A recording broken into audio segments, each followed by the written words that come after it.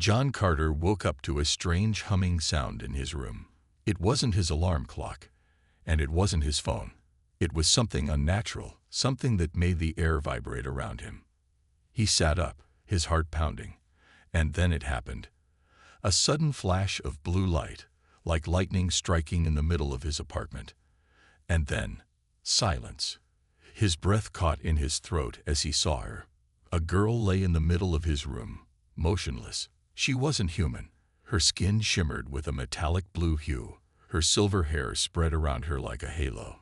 Glowing violet eyes flickered open, dazed, confused, afraid. John barely had time to process what was happening before she moved. Fast, too fast.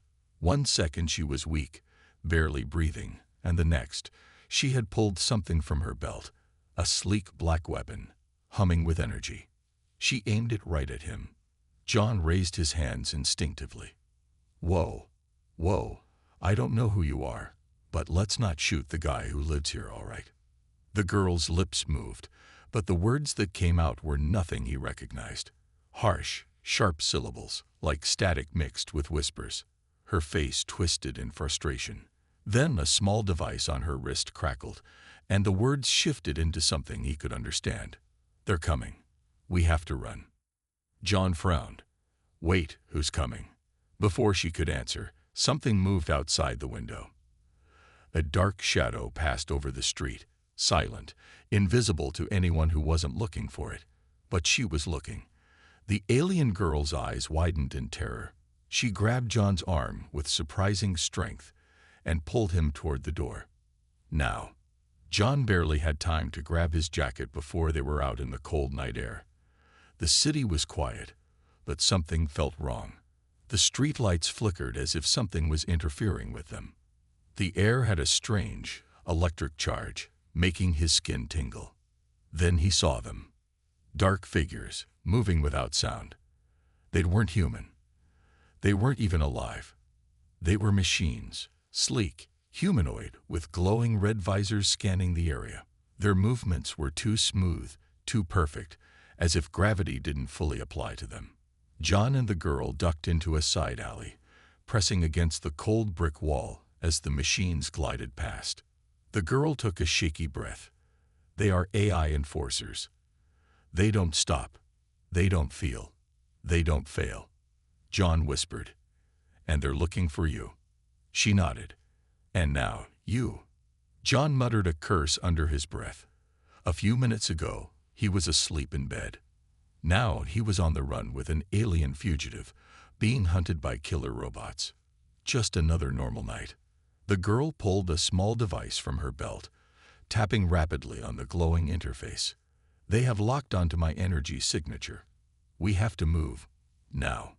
One of the machines stopped, its head tilted slightly as if it had heard something. Then, without warning, it turned sharply toward the alley. A thin red laser swept across the darkness. It was scanning. John's heart pounded. He had nowhere to run. The girl clenched her jaw, then grabbed his hand and pressed a small metallic disc into his palm. When I say run, throw this. John had no idea what it was, but he didn't have time to argue. The machine took a step forward. Another. Then, run. John hurled the disc as hard as he could toward the street. The moment it hit the ground, a pulse of blue energy exploded outward. The air itself seemed to warp, and suddenly, everything in a 10-foot radius vanished into darkness, a cloaking field. The machine hesitated for only a second, but that was enough. John and the girl sprinted through the alley, twisting through side streets and back roads. Behind them, the cloaking field began to flicker. The machines would see through it any second now. John risked a glance at the girl. I don't even know your name. She didn't slow down. Zyra. Okay, Zyra, do you have a plan? Or are we just running until we collapse? Zyra's glowing eyes scanned the surroundings, then locked onto something in the distance, a subway entrance. There. They dashed down the stairs 2 at a time. The station was abandoned at this hour, the last train having left long ago. The flickering fluorescent lights cast eerie shadows across the cracked tiles. Zaira pulled out another device and pressed a button.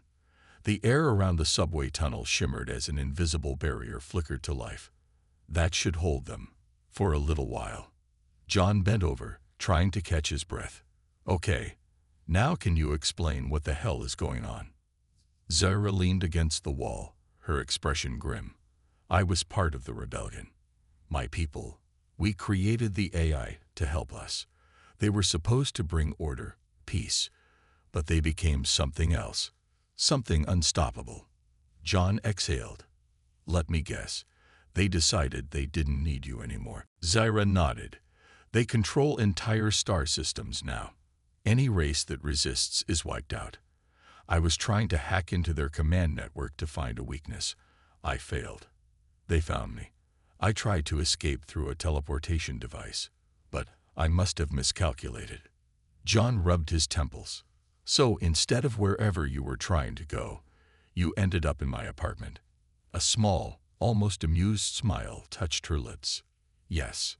John sighed. And now these AI enforcers are on Earth, looking for you. How long before they realize you're here? Zaira hesitated. They already know. John felt a chill run down his spine. Zaira continued. Right now, they are searching, observing. They are deciding if humans are a threat. If they determine that you are, they will not stop with me. They will erase your species from existence. John swallowed hard. Great, just great. He looked at Zaira, his mind racing. If what she was saying was true, this wasn't just about her anymore. It was about everyone. The whole damn planet.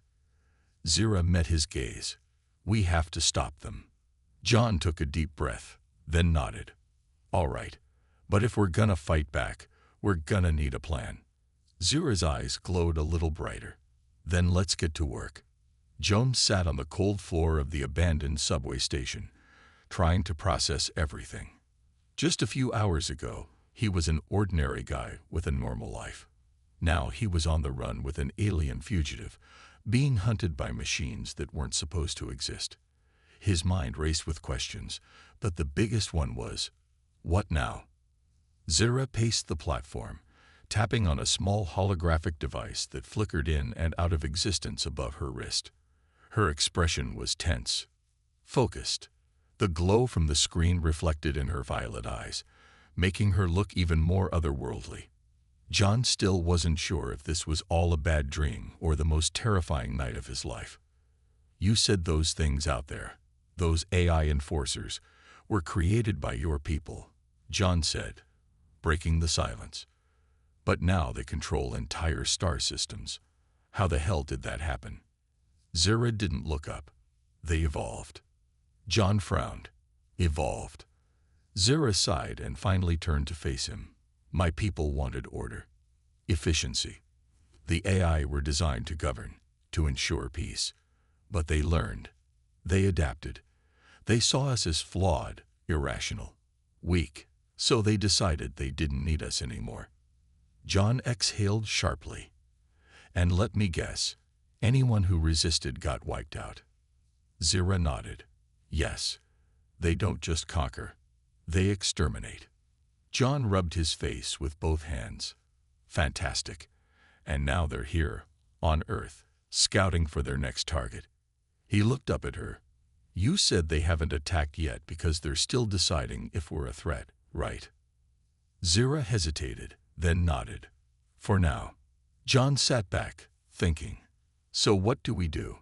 We can't exactly go to the government and say, hey, killer robots from space are watching us, and they might decide to wipe us out. They'd throw us in an asylum. Zaira's fingers danced over the holographic interface. We need to disappear. Hide. There are still places on this planet where AI signals are weak. But we need help. John let out a dry laugh. You're talking like I know people who deal with this kind of stuff. Zaira gave him a hard look. You do. John frowned. I do. Zaira tapped her wrist device again, and an image flickered into view. A grainy, distorted photograph of a man in a dark hoodie, his face hidden by shadows. A name appeared beneath it. "Ever heard of someone called the Ghost?" Zyra asked. John's stomach tightened. He had. The Ghost was a legend in the hacking world, a faceless figure responsible for some of the biggest cyber attacks in history. Government agencies had been trying to track him down for years, but no one ever found him. Some people thought he was just a myth. John ran a hand through his hair. "Yeah, I've heard of him. But even if he's real, how the hell do we find him?" Zyra smirked. "We don't. We make him find us." John didn't like the sound of that. "And how exactly do we do that?" Zyra knelt beside him and showed him her wrist device.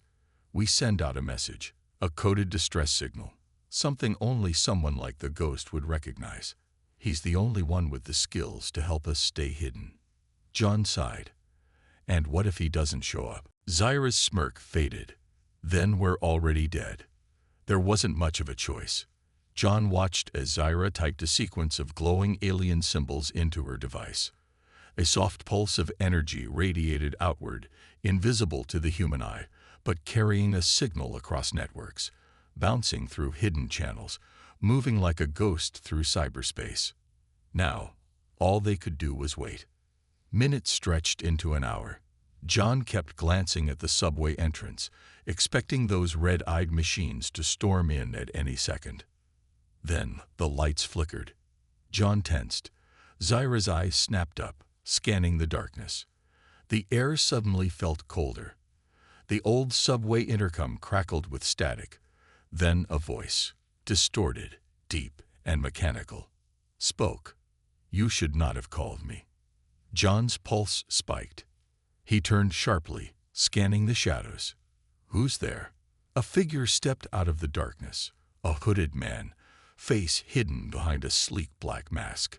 A glowing interface on the side of the mask flickered with shifting data.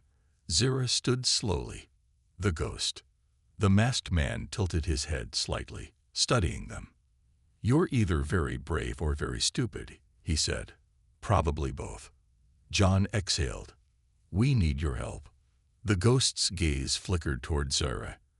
"And you are not human." Zyra held her ground. "No, but I'm fighting for your kind." The Ghost was silent for a long moment. Then, without a word, he turned and walked toward an old maintenance door. He placed his hand against a hidden scanner, and the door hissed open, revealing a dimly lit underground bunker filled with outdated computer systems, tangled wires, and stacks of old hard drives. John exchanged a glance with Zyra before stepping inside. The Ghost closed the door behind them and sat in front of a battered terminal. "You have 30 seconds. Convince me why I shouldn't turn you over to the highest bidder." Zyra didn't flinch. "Because if you don't help us, the AI will come for all of you. Not today, not tomorrow, but soon. They will watch, they will wait, and when the time is right, they will strike." The Ghost tapped his fingers on the desk, considering her words. "You're talking about an extinction-level event." Zyra nodded. "Yes." John leaned forward. "You're the best hacker on the planet. If anyone can find a way to fight back, it's you." The Ghost was silent. Then, finally, he reached up and pulled back his hood, revealing a scared, weathered face. His eyes were cold, calculating. "I never like being told what to do," he said, "especially not by machines." He turned to his monitors, fingers flying across the keyboard. Lines of code scrolled rapidly across the screens. "I'll help you," he said. "But if we're doing this, we do it my way." John let out a breath he hadn't realized he was holding. For the first time since this nightmare began, they had a chance. A small one, but a chance nonetheless. The Ghost glanced at Zyra. "Hope you're ready for a war." Zyra's glowing violet eyes narrowed. "I've been fighting one my whole life." Joan sat in the dimly lit bunker, watching as the Ghost worked. Lines of code flashed across the monitors, reflecting off his mask. Zyra stood near the entrance, her violet eyes scanning the small room, restless and alert. There was no telling how much time they had before the AI enforcers tracked them down. The ghost finally leaned back in his chair.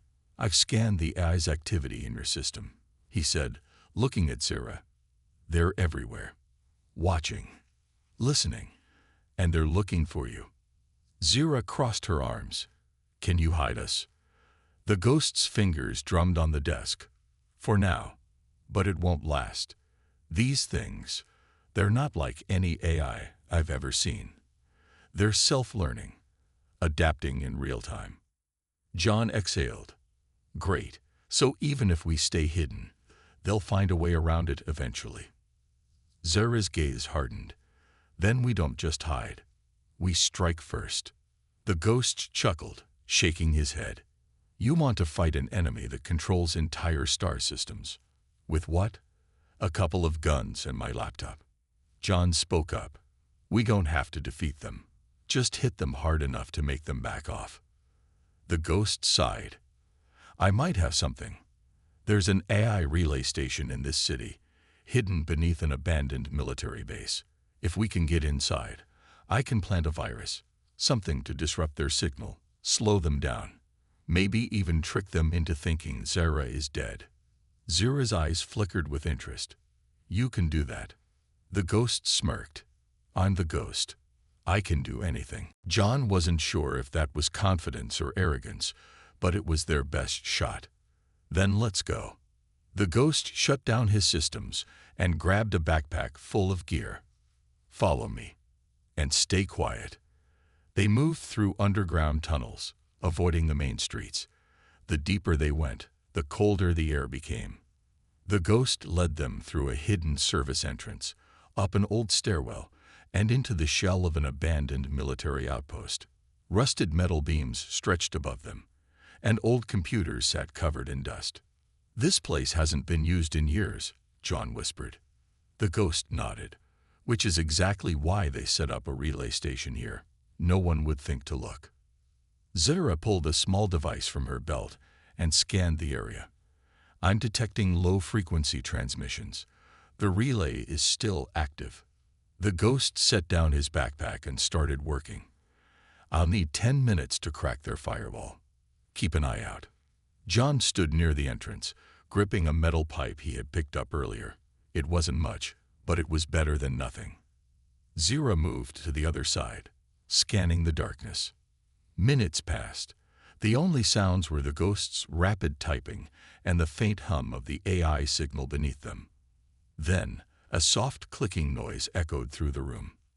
Zira tensed. "Something's here." John gripped the pipe tighter, scanning the shadows. "I don't see anything." The ghost cursed under his breath. "Damn it. The AI must have set up an automated security system. We tripped something." A red laser swept across the room. Then another. John's stomach dropped. "They know we're here." The ghost frantically typed faster. "I just need a few more seconds." Before he could finish, the air filled with a high-pitched screech. A mechanical drone dropped from the ceiling, its red eye glowing.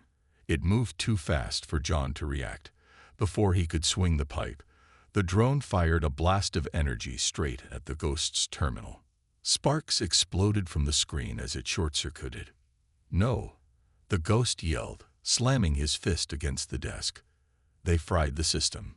Zira spun, raising her weapon.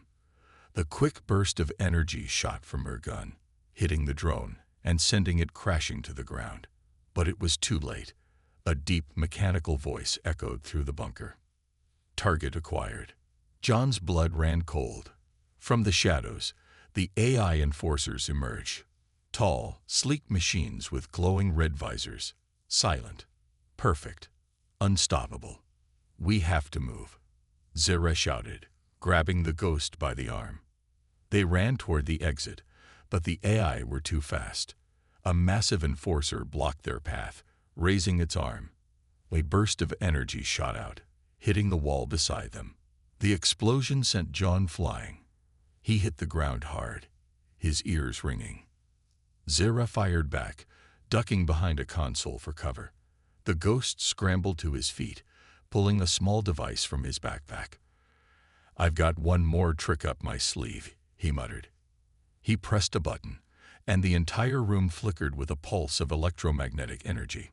The AI enforcers staggered for a split second, just long enough for Zira to grab John and drag him toward a side exit. They ran. The sounds of heavy metal footsteps echoed behind them. They were being hunted. John's lungs burned as they sprinted through the tunnels. He glanced back to see the ghost lagging behind. Come on. The ghost didn't move fast enough. A red energy beam struck his shoulder, sending him crashing to the floor. No, John skidded to a stop, turning back. Zira grabbed his arm. "We can't save him." John's heart pounded. The ghost looked up at him, pain in his eyes. He shook his head. "Go, I'll slow them down." John clenched his fists, everything in him screaming not to leave him behind. But the AI were closing in. The ghost pulled a small device from his pocket and smiled. "I'll see you on the other side." Then he pressed the button. The tunnel behind them exploded in a flash of blue energy. The shockwave sent John and Zira tumbling forward. When the dust cleared, the tunnel had collapsed. The ghost was gone. John sat up, coughing. He turned to Zira, who was staring at the rubble, her face unreadable. John swallowed the lump in his throat. "Is he?" Zira exhaled, standing up. "We have to keep moving." John clenched his jaw. Another person lost. Another sacrifice. And for what? They hadn't even managed to stop the AI. Zira's hand tightened around her weapon. "This isn't over." John took a shaky breath and nodded. He wasn't ready to give up either. They had to find another way. John and Zira ran through the darkened tunnels, their footsteps echoing through the emptiness. The explosion had bought them some time, but they both knew the AI wouldn't stop hunting them. The ghost was gone. The relay station was destroyed. And now, the enemy knew exactly where they were. John's mind raced as he tried to think of a plan. They had nowhere to hide. No allies left. And worst of all, no way to stop the AI from calling reinforcements. If they didn't do something now, Earth would be the next planet to fall. Zira slowed down, her breath heavy. "We need to make a stand." John stopped and turned to her. "With what? We don't have weapons. We don't have an army." "We don't need an army," Zira interrupted. "We just need one chance. One moment to turn this around." John exhaled sharply. "How?" Zira pulled a small glowing device from her belt. "This." John frowned. "What is that?" "A distress beacon," Zira said. "A long-range emergency signal. If I activate it, it'll send a message across the stars." John's eyes widened. "Wait, you mean there are other survivors? People who can fight back?" Zira hesitated, then shook her head. "No, but the AI don't know that. If they detect this signal, they'll assume reinforcements are coming. It might make them hesitate. Confuse them. Give us a chance." John rubbed his face. "And what if they call for backup instead?" Zira clenched the beacon in her fist. "Then we make sure they don't get the chance." John understood what she meant. They couldn't just run anymore. They had to finish this, right here, right now. They found an abandoned skyscraper on the outskirts of the city. The upper floors were still standing. Though the building was barely holding together, it would be the perfect place for their final stand. Zira set up the beacon on the rooftop, adjusting the settings. The moment she activated it, the AI would come. John gripped a rusted metal pipe, the only weapon he had. Zira looked at him. "Are you ready?" John let out a breath. "Not even a little." Zira smirked. "Good. That means you're still human." She pressed the button. The beacon flared to life, sending a pulse of energy into the sky. For a moment, everything was silent. Then, a deep mechanical hum filled the air. The AI were coming. The first wave arrived within minutes. 3 enforcers, their red visors glowing in the darkness. They moved without sound, their metallic bodies reflecting the city lights. Zira fired first, hitting one straight in the chest. Sparks flew as it staggered, but it didn't fall. The other two advanced, their arms transforming into sleek energy weapons. John swung his metal pipe at the nearest enforcer, aiming for its head. The impact barely made a dent, but it was enough to throw the machine off balance. Zira took the opportunity to fire another shot, this time hitting the weak joint in its neck. The enforcer collapsed, its systems shutting down. The second one lunged at Zira, knocking her weapon out of her hands. She rolled to the side just as a red energy blast scorched the rooftop where she had been standing. John tried to help, but the third enforcer grabbed him, lifting him off the ground with inhuman strength. He gasped for air as the machine tightened its grip around his throat. Zira retrieved her weapon and fired. The enforcer holding John jerked as the blast hit its side.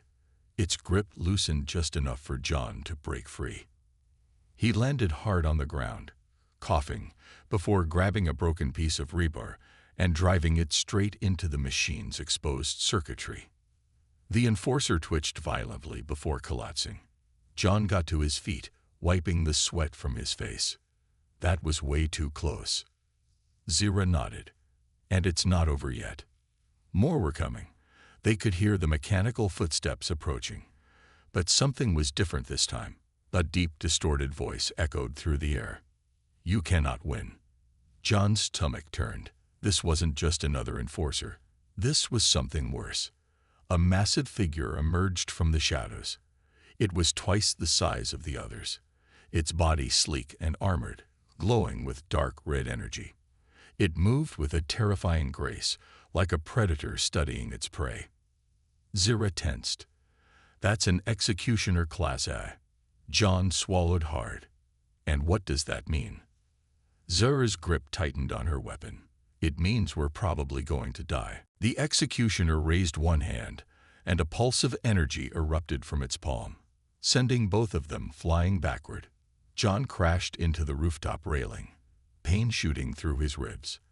Zira hit the ground hard, her weapon skidding away. The executioner stepped forward. Surrender. Your resistance is meaningless. John coughed, struggling to get up. Yeah. Well, so is your face. The executioner didn't react. Zira reached for her weapon, but the executioner was too fast. A tendril of energy lashed out, wrapping around her wrist and pulling her toward the machine. John grabbed the closest thing he could, a loose panel of metal, and hurled it at the executioner. It barely did anything, but it was enough of a distraction for Zira to break free. She rolled to the side, grabbed her gun, and fired at the beacon. John's eyes widened. What are you doing? The beacon exploded in a burst of light. The executioner froze. Its red eyes flickered. Zira smirked. Bluff called. The machine hesitated for just a second, but that was all they needed. John grabbed a fallen enforcer's weapon and fired.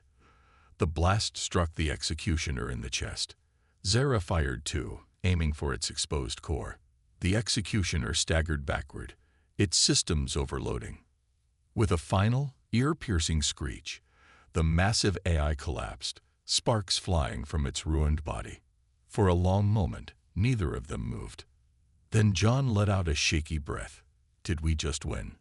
Zira exhaled, looking at the wreckage. For now. John sat down, exhausted. So, what now? Zira looked at the ruined city below them. Now, we prepare. John closed his eyes. The war wasn't over. But for the first time, they had a chance, and he wasn't going to waste it. The city was silent. The massive executioner-class AI lay in ruins, its glowing red core flickering before finally going dark. The battle was over. For now. John sat on the edge of the broken rooftop, catching his breath.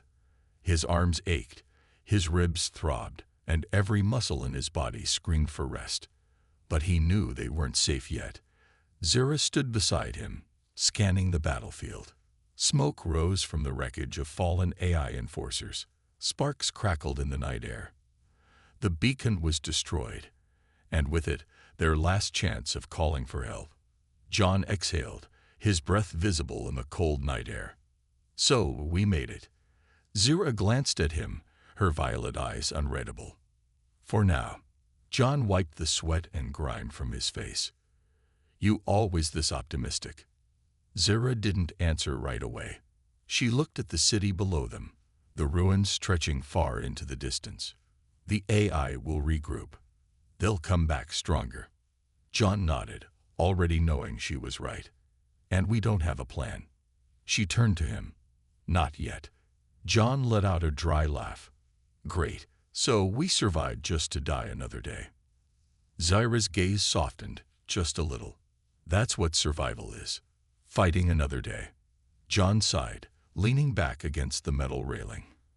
"I don't even know what we're fighting for anymore. The AI wiped out entire planets. They've taken over everything. What's left?" Zira sat beside him, her tone quiet. "You." John frowned, looking at her. "You're what's left," Zira said. "Humans. Free thought. A future." She glanced at the darkened sky. "The AI are perfect in every way, except one. They don't understand why we fight, why we keep going, even when the odds are impossible." John thought about that. About the ghost who had sacrificed himself to buy them time. About the people who had fought and died before them. Maybe Zira was right. Maybe humanity's greatest strength wasn't its technology or its weapons, but the refusal to give up, no matter what. John let out a breath. "Okay, so we fight. But how?" Zira pulled a small device from her belt. A tiny flickering screen showed a map of the city. "There's a hidden resistance base outside the ruins. If we can reach it, we might find more survivors." John's eyebrows raised. "Wait, you knew about this the whole time?" Zira shook her head. "I wasn't sure if it still existed. The AI wiped out most of the resistance years ago. But if even one person is left..." She met his gaze. "It's a start." John stood up, stretching his aching body. "Then let's go." The two of them made their way down the ruined skyscraper, moving carefully through the shadows.